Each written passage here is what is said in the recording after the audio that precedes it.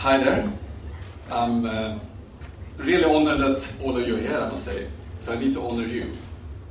I hope I'm going to give you something tonight. I'm going to be as honest as I always are. You can ask any questions you want. Or you can, you want. I can't see in the back. It's very interesting. I think all of you are leaders, aren't you? I mean, otherwise you wouldn't be members in this club. And there's like 4 seats here. It's like back in school time. Back in, the people in the back of the school class, isn't that the ones that are the naughty ones? Can they find a couple of people coming forward? The ones, the absolute last people. Guys, there's 4 seats here. And there's like 6 seats here. I'm afraid that I smell or something. And then let's finish the other one. Why am I barefoot? That's the question I got. And that's actually, to honor you, I've started to do something. I actually have started to take acting classes. Because when I'm standing here, I am doing acting. And as this started, actually, this talking is actually started in my own company. And then people in companies started to ask me to do it. And that led into bigger and bigger. And I always use this excuse. Sometimes it's good, sometimes it's really bad. It's kind of what mood I am in, which is not really fair to you.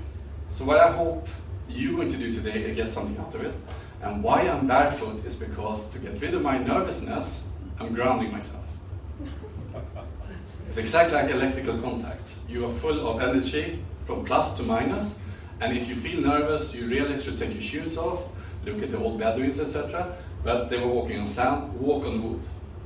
And you're actually grounding yourself. So that's why, now if you wonder. Let's start with taking you through this little presentation. It's free flow. The presentation is really here to keep me on track, otherwise I will talk for 14 hours. I spoke at something called TED 3 weeks ago, and it took me 6 months, or 4.5 months to be absolutely honest, to drill down a couple of hours information into 8 minutes. I think that was a really interesting thing for me. So I hope you're going to get something with you, and you can ask any questions you want. We're going to do this presentation. I'm going to take you through, if this works, which I hope it's going to do, we do it there. If it doesn't work.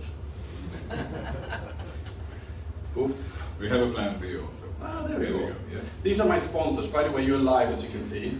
In KNN, Karama TV, it's a very famous station. It's broadcasting. I need to speak about my sponsors. And for example, you can see I'm dressed by Dolce & Karama. Hair by Tony Karama, very, very famous, And if you can see my makeup, it's my Karama. So, just. But where it started really, it's actually about this little boy here. This boy is actually why I'm standing here. And I didn't learn this till last Thursday actually, because why do I do this? It's actually to honor that little boy inside me.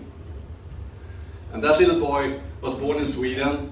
I lived in Stockholm in the suburbs. I was 5 years old when my father died. We had nothing, me and my mom. A lot of love, but really not very much money. And I was always dreaming. I'm very good at dreaming. I've been dreaming my whole life. I dream every minute, by the way. And I was dreaming about everything from cowboys and Indians, but what I dreamed about most of everything, to be a hockey star, a football star, I was playing ice hockey, it was always dreams, but all these dreams was always far away. And when I was 12 years old, I went to Canada to play ice hockey. And when I came back, my mother says that I cried myself to sleep for 14 days saying, I'm going to move away. Because my happiness, I thought, was somewhere far away. Because when you're young, for sure, you don't think it's within you.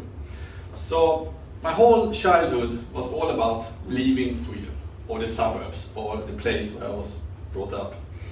And I was dreaming and dreaming. I was playing ice hockey. I didn't become a professional to move to America. So one day there was a little ad in a paper, and I called, or I sent a letter, and I got in. And I moved to Kuwait 1984.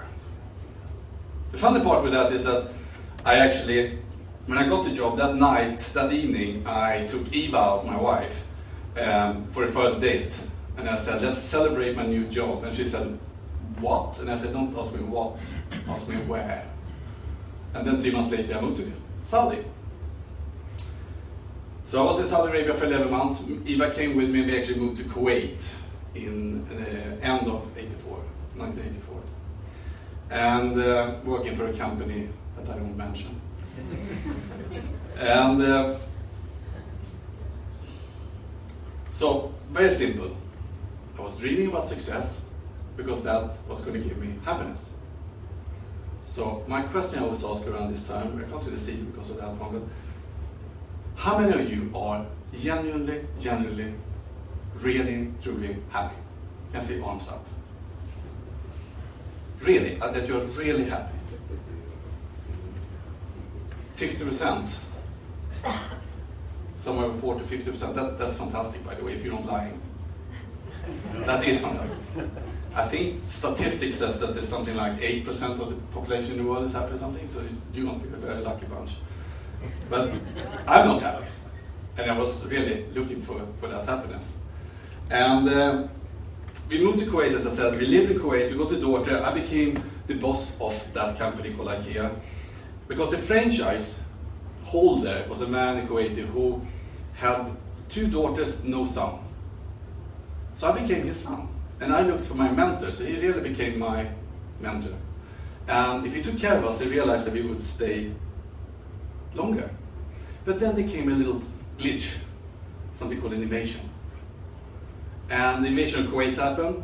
We had just got his house. The back door of that house went to the American embassy. Very bad place to be in an invasion. At this stage I'm 30. Everything we had built disappeared overnight. We were on holiday. But they took everything in our villa, except my paintings. And that hurts, because I painted them. And if you're my friends, you understand they have no taste. They didn't take our books also, and they were Swedish mostly at that time, so I think it has to do with something else, but if you don't like this, it probably has to do with your taste. So actually my paintings are still there. And that really hurts, basically. And we went back and we were sitting in Sweden. I actually went to the social welfare in Sweden. I asked them for borrowing money and they laughed at me. I said, I'm a refugee. They said, no, you're a Swede, you can't be a refugee. And I started working for Sony Music. Eva made the decision actually that we should go back. We went back to Kuwait. And Kuwait was a changed place. So we were there for 2 years, and in September 93, I woke up in the middle of the night, and my question I really have to you, how many of you have seen angels? Nobody. 1 has done it. 2 has done it. Okay? That's really scary when it happens. So that's good, I'm telling you, so you're prepared. Because I woke up in the middle of the night, there was something moving around in the room. This is Kuwait, no drugs, no rock and roll.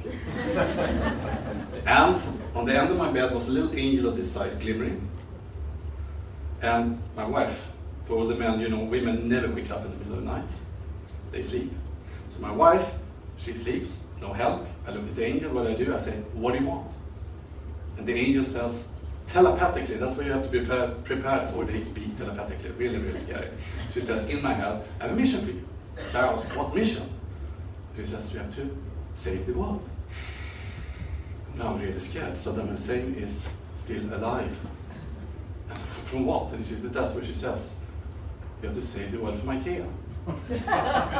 This story I used when I met every local businessman in this country in 1994, 95. I met every bank and nobody believed in me.